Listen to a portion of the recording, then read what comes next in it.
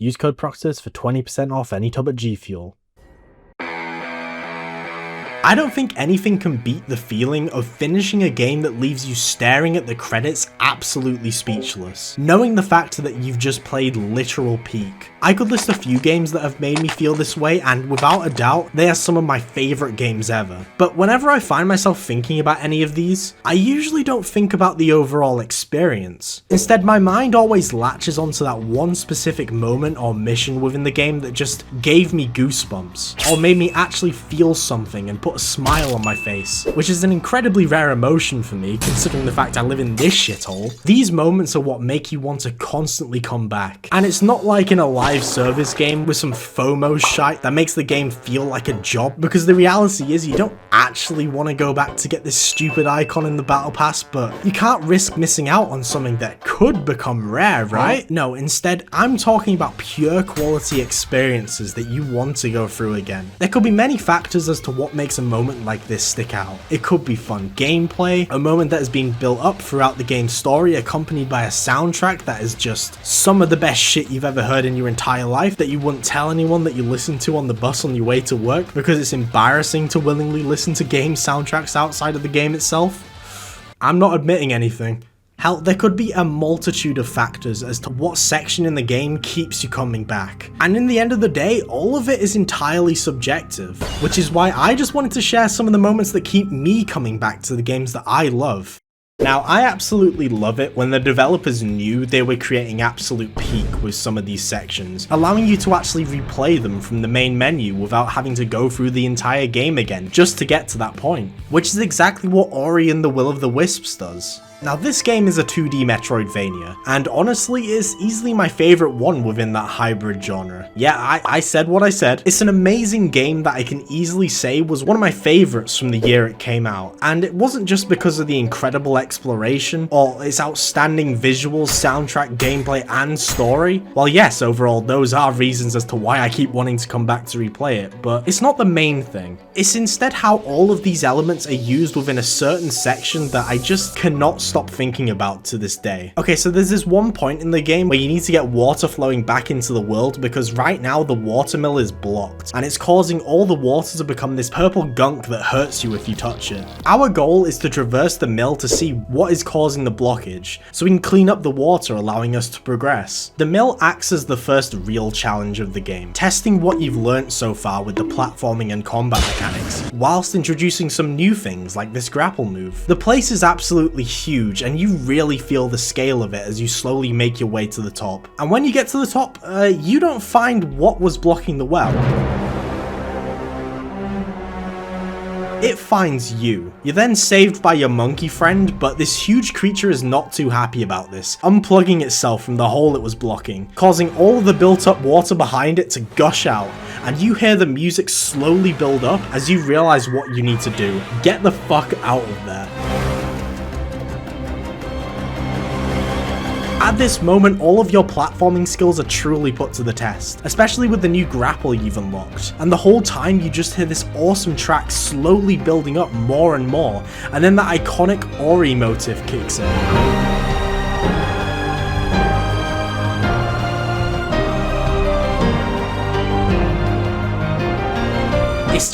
It's so incredible. This entire section, accompanied with this majestic track, is just iconic. And I think I've replayed this bit more times than I can count, and I'm still not bored of it.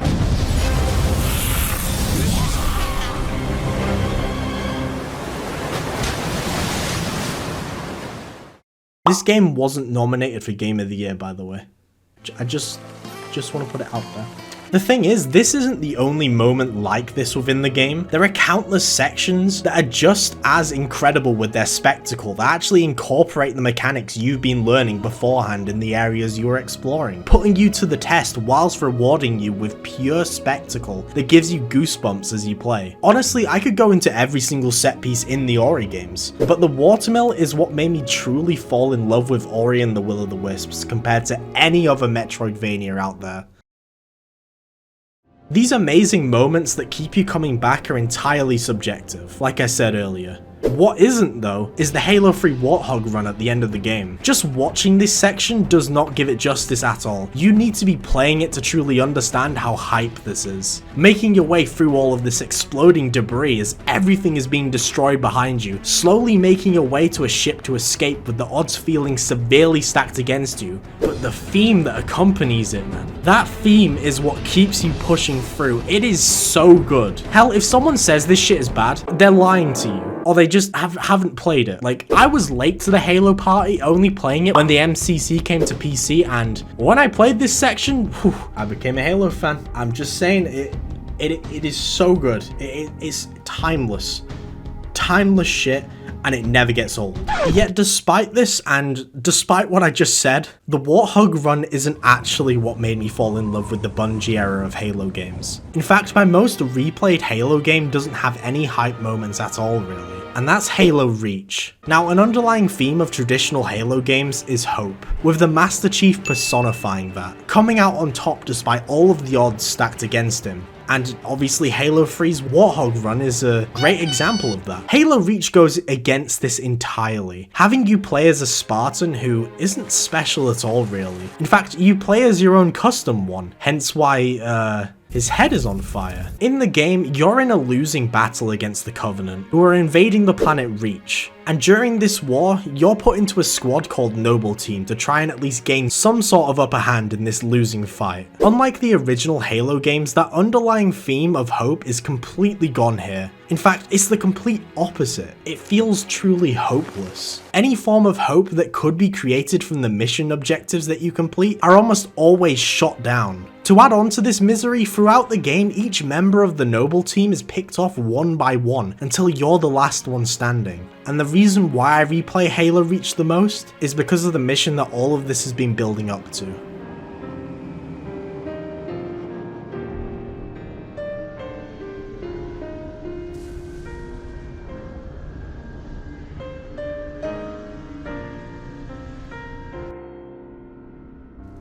You're alone, the last remaining member of Noble Team, willingly staying back on the planet to defend the Pillar of Autumn, allowing them to escape. And with your entire squad dead and no way off the planet now, the only objective you're given is to survive. And with that slight bit of hope, you're let loose in this small arena with very few weaponry scattered around, giving you barely any defense against the swarms of Covenant coming in. You gradually take more and more hits, with the game even showing you this visually, with your visor cracking the more damage you take. And no matter how long you hold out, no matter how much you try and use this hope to keep you alive fighting, you always end up failing your last objective.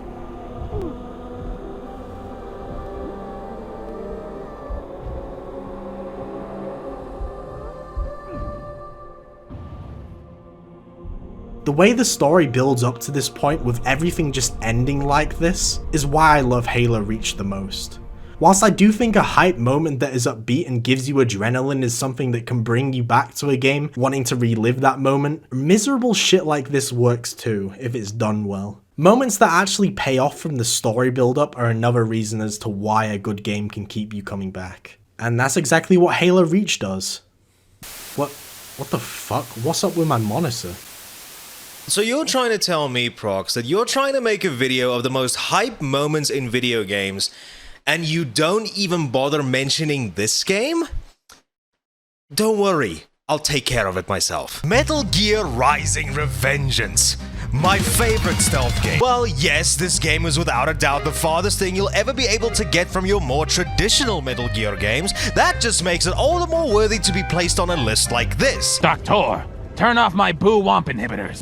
Now, when it comes to Rising, there's really no short supply of hype moments you can pick from. Like, you can include the funny meme fight, because that entire fight, all jokes aside, is the epitome of hype and is a perfect build-up to everything you've experienced throughout the entire game. But no, for me, the most hype part of this entire game is without a doubt the intro. So now, let me give you some long lore. It was back in 2013, the game had just released. I went over to to my brother's house so we could both experience the game for the first time. And yes, while we did get a good taste for what the game was gonna be like, all thanks to the first opening few fights, it's when you finally reach that battle with Metal Gear Ray, this is where shit really started to hit the fan when it comes to the pure hype that this game was just going to seep. But when that one legendary moment comes when you hear this,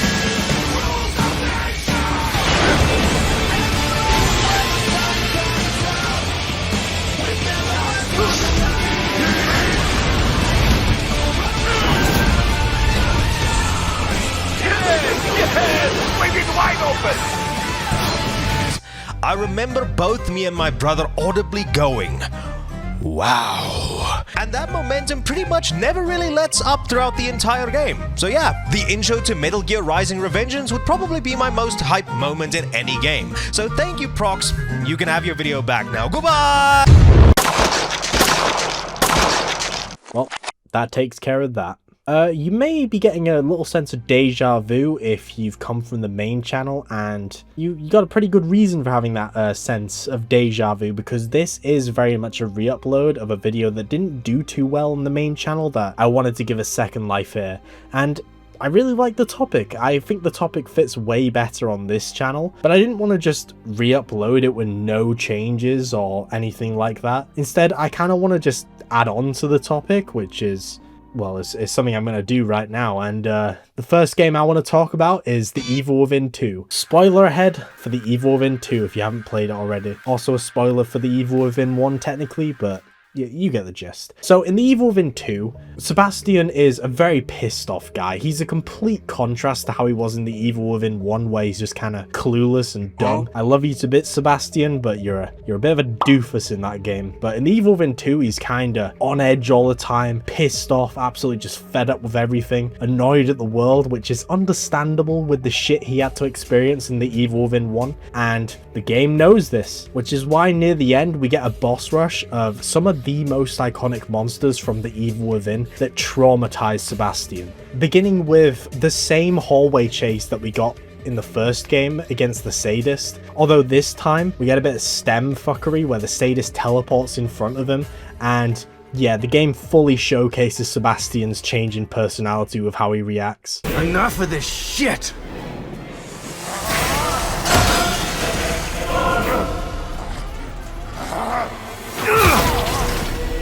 He's just taking no shit in this bit. If you played The Evil Within 1 before this, it is so cathartic. Cutting this guy in half with his own chainsaw, with Sebastian laughing maniacally, being sprayed in blood. It is hype. It is so good. Such a good scene. And it gets even better because we get sent into a different arena and we encounter the Keeper. And yeah, another great boss fight where we fight the Keeper, except this time we're not dealing with poison. This time we're just fucking shooting the shit out of him. It is good shit. And then the final boss to cap it all off is Laura. And the line that Sebastian says when Laura shows herself, it is good shit. I burned you once, and I'll do it again. And that is exactly what he does. This man is not playing around. As much as I prefer The Evil Within 1 to this game, this moment is so peak. Even if you haven't played The Evil Within 1, it is just such a hype moment in the game. Sebastian is a really good character in the sequel. I love him so much. And I wanted to talk about it because it is probably my favorite moment in the entire Evil Within franchise, I'm gonna be honest. It is just fan service.